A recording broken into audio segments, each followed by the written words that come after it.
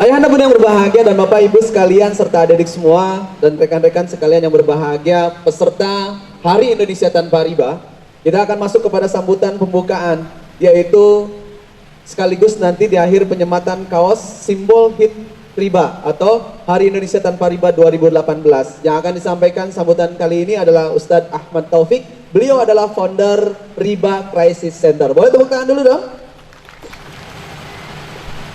Assalamualaikum warahmatullahi wabarakatuh. Alhamdulillahilladzi khalaqal mauta wal hayata liyabluwakum ayyukum ahsanu amala. Asyhadu an la ilaha illallah, asyhadu anna Muhammadan abduhu wa rasuluh. Allahumma shalli ala Muhammad wa ala alihi wa sallam. Faqala Allah ta'ala fil Qur'anil Karim, a'udzu billahi minasyaitonir rajim. Ya ayyuhalladzina amanu taqullaha wazzaru ma baqiya minar riba in kuntum mu'minin. Wa ilam taf'alu fazanu biharbin minallah wa rasul. Sadaqallahul azim. Bapak Ibu semua yang kami banggakan, perkenankan untuk membuka dari sambutan ini. Saya bertanya, siapa yang di sini yang datang di hari ini tidak punya hutang? Yang tidak punya hutang, saya menghitung. Yang tidak punya hutang, tolong partisipasinya. Siapa yang tidak punya hutang? 12. Ya. Jadi sekitar yang Bapak Ibu semua bisa lihat yang hadir hari ini ada sekitar 12 orang yang tidak punya hutang. Barakallahu fikum. Mudah-mudahan kedatangan mereka hari ini bisa menjadi agen-agen pembebas, gitu ya. Ya, belum bisa mengeluarkan diri mereka dari jeratan, mengeluarkan diri mereka dari sesaknya, ya, bentuk-bentuk penagihan. Ya, Bapak Ibu semua yang sama-sama mengharap rahmat Allah. Event ini, ya, Hari Indonesia Tanpa Riba yang perdana kita ingin selenggarakan dan gemakan di tahun 2018, berangkat dari fatwa ulama yang 14 tahun silam diterbitkan, tetapi sampai hari ini tidak membuat lembaga-lembaga riba itu mati, lembaga-lembaga riba itu tutup. Bayangkan Bapak Ibu semua, di negeri mayoritas muslim, ya, negeri mayoritas muslim yang fatwa ulamanya sudah sangat jelas terhadap sesuatu, terhadap haramnya bunga bank, tidak membuat lembaga-lembaga riba itu tutup. Apa yang terjadi? Ya, bayangkan umat tidak lagi mendengar apa yang dikatakan ulamanya. Lalu mau apa? Ya, jauh sebelum itu Allah Ta'ala sudah memverifikasi soal keimanan kita. Ya, Allah panggil, Allah serukan orang-orang beriman, ya, bertakwalah kepada Allah dan tinggalkan sisa riba. Jadi panggilan keimanan itu membuat kita menoleh, tapi ketika yang diperintahkan ada tinggalkan sisa riba, apa yang terjadi? Ya, kita yang tercekat dan kebingungan. Tinggalkan sisa riba. Lalu ditutup lagi, jika kamu orang-orang yang beriman. Ya, 2 kali keimanan itu diverifikasi oleh Allah langsung. Ya, Bapak Ibu semua, kalau kita bicara maksiat riba, kita harus melihat dan menseksamai bagaimana cara Allah mengancamkan. Ini bukan maksiat biasa, ya. Ini bukan maksiat biasa, ya. Tidak ada maksiat yang sedemikian rupa sampai Allah ancamkan sebagaimana ancaman itu ditujukan kepada para pelaku riba, ya. Jadi suatu hari Imam Malik rahimahullah kedatangan jamaahnya, bertanya, wahai Imam, sungguhnya istriku tercerai karena tidak ada yang menurut saya lebih buruk masuk ke dalam perut Bani Adam melebihi khamar. Ya, Imam Malik tentu dia hafal Quran, dia hafal hadis, tetapi dia mau minta 1 malam untuk memastikan lagi. Dia pulang dan dia memastikan ulang apakah ada yang lebih buruk masuk ke dalam perut Bani Adam. Dan keesokan harinya Imam Malik berkata, istrimu tercerai karena ternyata ada yang lebih buruk masuk ke dalam perut Bani Adam, yaitu riba. Karena riba diancamkan perang oleh Allah dan Rasulnya. Tidak ada maksiat yang demikian rupa sampai Allah sendiri mengancamkan perang. Ya, dan hari ini Bapak Ibu semua, seluruh ancaman-ancaman itu tidak membuat kita bergeser, membuat kita berani, membuat kita mampu meninggalkan riba. Ya, buat yang sudah terlanjur tidak mampu untuk, tidak berani untuk meninggalkan. Buat yang belum berani-berani untuk mencoba. Riba Crisis Center sejak 2013 kami concern terhadap masalah ini. Karena memang ketika itu kami juga sudah mulai merasakan bahwa ini merupakan bentuk bencana yang tidak kelihatan. Ya, kita sebut crisis center karena kami menganggap bahwa riba ini adalah sebuah bencana dan tidak seperti bencana pada umumnya yang kita bisa melihat langsung korbannya, bentuk bencananya. Bencana riba, korbannya sendiri tidak merasa sebagai korban. Lalu bagaimana kita mau menolong? Tahu-tahu hancur saja. Ya. Padahal ancamannya terhadap para pelaku itu sudah sangat jelas. Ya. Yamhaqullahu riba. Allah binasakan riba. Allah akan binasakan orang-orang yang melakukan riba. Yamhaqullah itu, ya. Kalau dalam kata bahasa Arab, dia punya arti yang sangat spesifik. Sebuah kehancuran yang tidak bisa terjadi dengan langsung kita bisa lihat kehancurannya. Maka kemudian kita menjadi paham kenapa para pelaku riba itu dia tidak merasakan sebuah maksiat karena tidak ada sama sekali ya bentuk-bentuk kehancuran ya, tapi tahu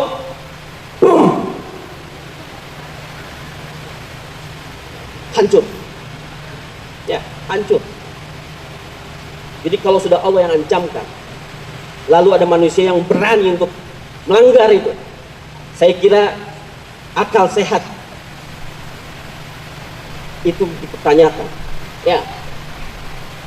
Jadi sudah diancamkan begitu tapi masih mau melakukan ya, saya kira itu akal sehatnya bermasalah ya. Bapak Ibu semua, bicara maksiat riba kita bicara bukan sekedar ancaman itu tertuju kepada yang melakukan, yang meminta riba, yang mengedarkan riba ya. Ini sebuah hikmah ya. Dalam sebuah hadis disampaikan bahwa para pelaku riba itu siapa para pelaku riba itu ya, bahwa itu bukan hanya kepada orang-orang yang meminta riba atau yang mengedarkan riba, tetapi juga kepada yang membayarkan riba, kepada yang menjadi saksinya dan mencatatkannya ya. Jadi kaidah ini kemudian digunakan untuk menghukumi bahwa semua pihak yang membuat riba sampai terjadi dihukumi sebagai pelaku riba ya. Kenapa sampai demikian? Ulama menjelaskan terkait dengan hadis ini bahwa karena riba tidak mungkin terjadi kalau ada yang menawarkan, tidak mungkin terjadi kalau tidak ada yang mau. Tidak mungkin terjadi, Bapak Ibu semua, hari ini kita ya bisa menyaksikan mukjizat bagaimana hadis itu disampaikan sudah 14 abad silam, tetapi hari ini kita tahu bahwa ternyata di dalam hukum perjanjian itu kalau tidak ada saksinya, kalau tidak ada pencatatnya, tidak ada notarisnya, itu tidak mungkin bisa terselenggara, tidak mungkin bisa terjadi. Kalau tidak ada saksinya tidak mungkin itu bisa juga terwujud, perjanjian itu batal ya. Makanya kemudian semua pihak ini dihukumi sama ya. Kita nggak usah bicara pelaku yang dalam arti dia mengedarkan atau mungkin yang mencatat dan menjadi saksinya. Kita bicara diri kita yang boleh jadi hari ini sudah terlanjur membuka kata-kata batil itu, yang sudah terlanjur bagaimana ya. Jadi di sini juga ada klinik advokasi, nanti Bapak Ibu semua bisa kunjungi ke sana. Kita buat lembaga hukum ya. Kita bicara yang sudah terlanjur bagaimana. Tidak ada lagi pertanyaan lunasi hutang saya, bayari hutang saya mau tobat ya. Tidak ada lagi pertanyaan atau statement itu. Karena meninggalkan riba itu tidak butuh uang ya. Meninggalkan riba tidak butuh uang. Membayar riba haram ya. Karena itu meninggalkan riba tidak butuh uang ya. Bapak Ibu semua, ini hanya butuh ketaatan. Kita akan masuk nanti pembahasan tentang itu, bahwasanya apa yang sekarang menjadi ya hukum-hukum agama kita banyak ditinggalkan karena memang tidak ada lagi ketaatan. Mulai dari keimanan itu yang sudah mulai berangsur-angsur sirna dengan apa yang sekarang barangkali rutinitas yang kita hadapi ya. Karena persoalan meninggalkan riba harusnya selesai dengan verifikasi tadi, bahwa orang-orang beriman harus bisa meninggalkan riba. Selesai harusnya dengan itu ya, selesai dengan itu. Apalagi kemudian ditegaskan lagi soal keimanannya. Kalau memang beriman, betul-betul beriman, maka tinggalkan. Maka tidak ada lagi pertanyaan apa solusinya, tidak. Karena keimanan itu yang merupakan solusi tersebut. Ya, solusi itu hanya upaya pihak lain untuk mengumpulkan jariah saja. Ya, bukan sesuatu yang bisa kita tuntut. Karena yang harus kita tuntut tentu saja adalah koreksi terhadap keimanan kita sendiri. Kalau masih ada yang melakukan riba, tidak bisa meninggalkan riba, maka keimanannya sudah pasti bermasalah. Ya, maka pulihkan keimanan. Itu yang selalu kita sampaikan kepada para penderita riba ya. Kita tidak menyebut korban, kita menyebutnya sekarang penderita. Pulihkan keimanan, itu yang pertama kali harus dilakukan. Pulihkan keimanan, baru kita bicara pengamanan diri, kita bicara pengamanan aset. Ya, Bapak Ibu semua, negara kita menjamin, konstitusi negara kita menjamin tentang keyakinan melaksanakan keyakinan agama kita dan meninggalkan riba termasuk di dalam itu. Sekarang tinggal karena fatwa sudah terbit, sekarang bagaimana kita bisa mensyiarkan fatwa ini ya sebagai sesuatu yang bisa kita jadikan rujukan. Hari ini Bapak Ibu semua, HIT riba, Hari Indonesia Tanpa Riba adalah bagian dari advokasi Lembaga Hukum Indonesia Tanpa Riba. Ini adalah diantara cara kami untuk ya mengadvokasi. Ya, penetapan Hari Indonesia Tanpa Riba bukan tasabuh. Kita sedang tidak meniru siapapun. Ini juga bukan euforia acara. Hari ini adalah bentuk advokasi dari ya kepada kaum muslimin untuk meninggalkan riba. Terbayang Bapak Ibu semua, bagaimana bentuk advokasi itu nanti ke depannya. Ya, buat lembaga konvensional selesai sudah. Ya, selesai sudah. Jelas haram untuk meminjam sekaligus untuk menyimpannya.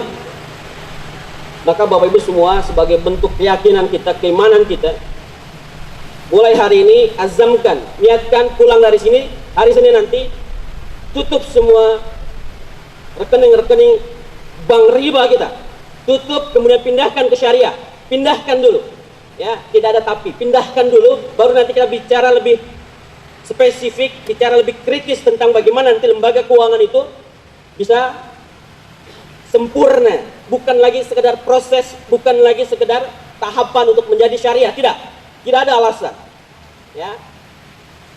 Di sesi kedua nanti kita juga bicara soal itu, lembaga masa depan lembaga keuangan syariah.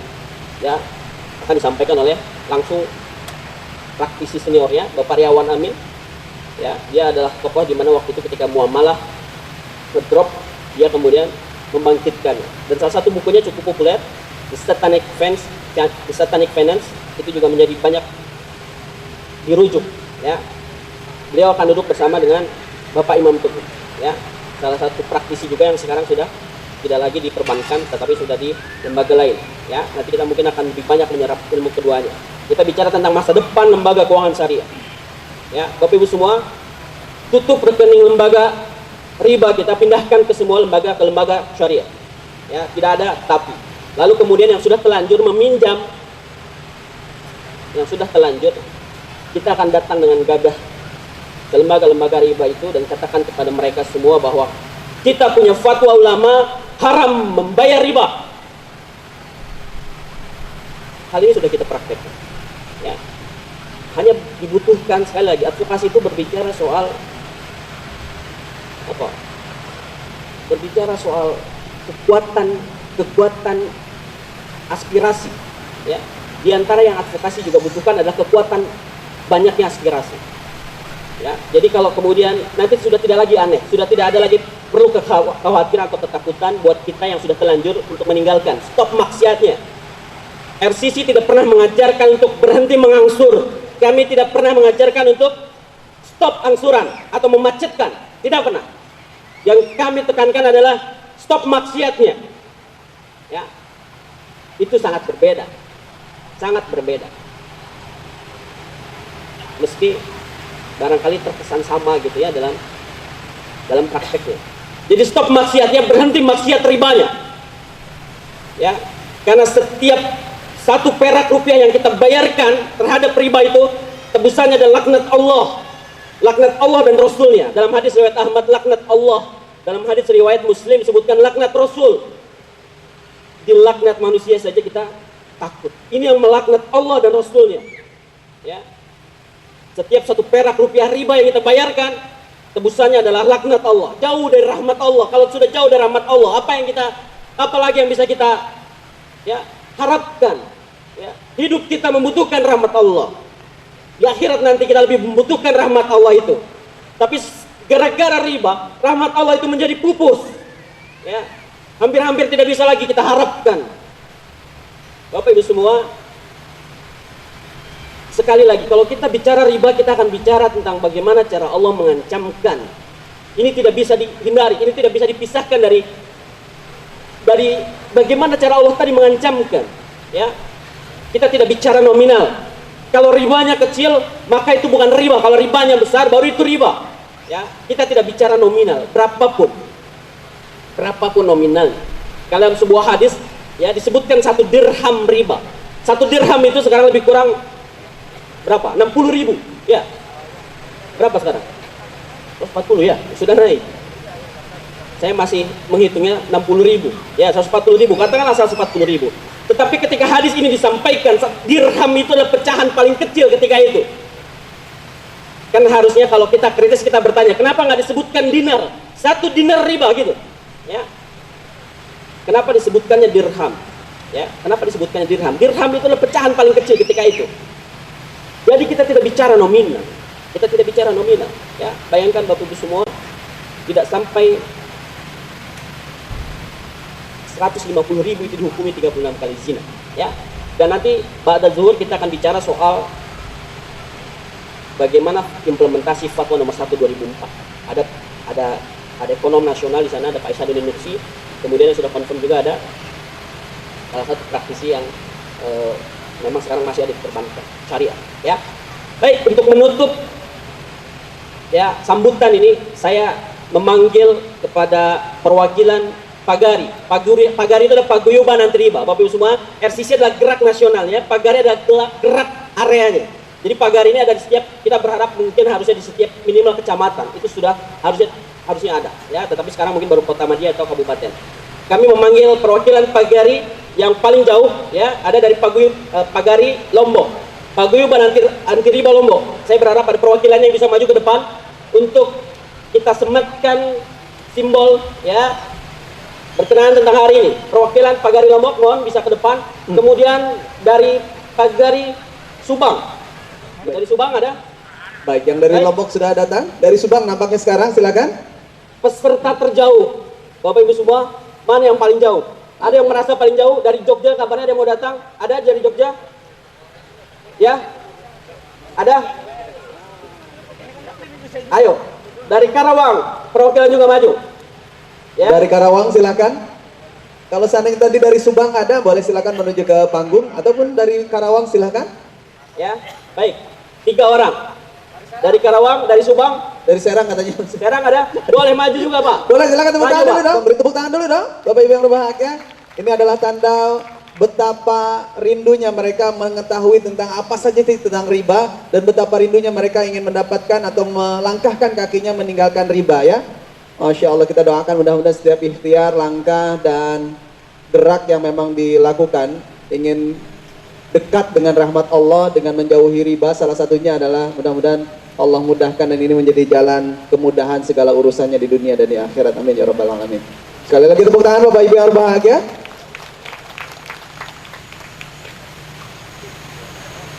Dari Karawang. Masya Allah.